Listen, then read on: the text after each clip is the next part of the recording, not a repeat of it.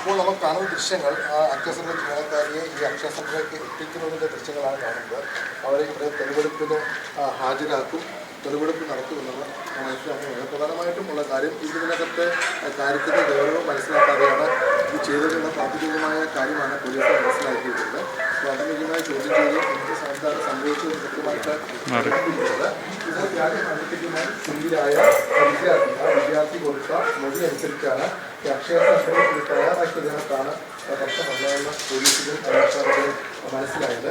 ഈ അക്ഷയ സെൻ്ററിൽ പ്രധാനമായിട്ടും ഇതിലെത്തി പരീക്ഷയ്ക്കുള്ള കൺഫ്യൂഷനാണ് പത്രവുമായി ബന്ധപ്പെട്ടുള്ള ആദ്യം ആൾമാറാട്ടമാവുന്ന സംശയമല്ല. ഒരു വിദ്യാർത്ഥിയുമായി മറ്റൊരു വിദ്യാർത്ഥി പരീക്ഷ സംശയമുണ്ട്.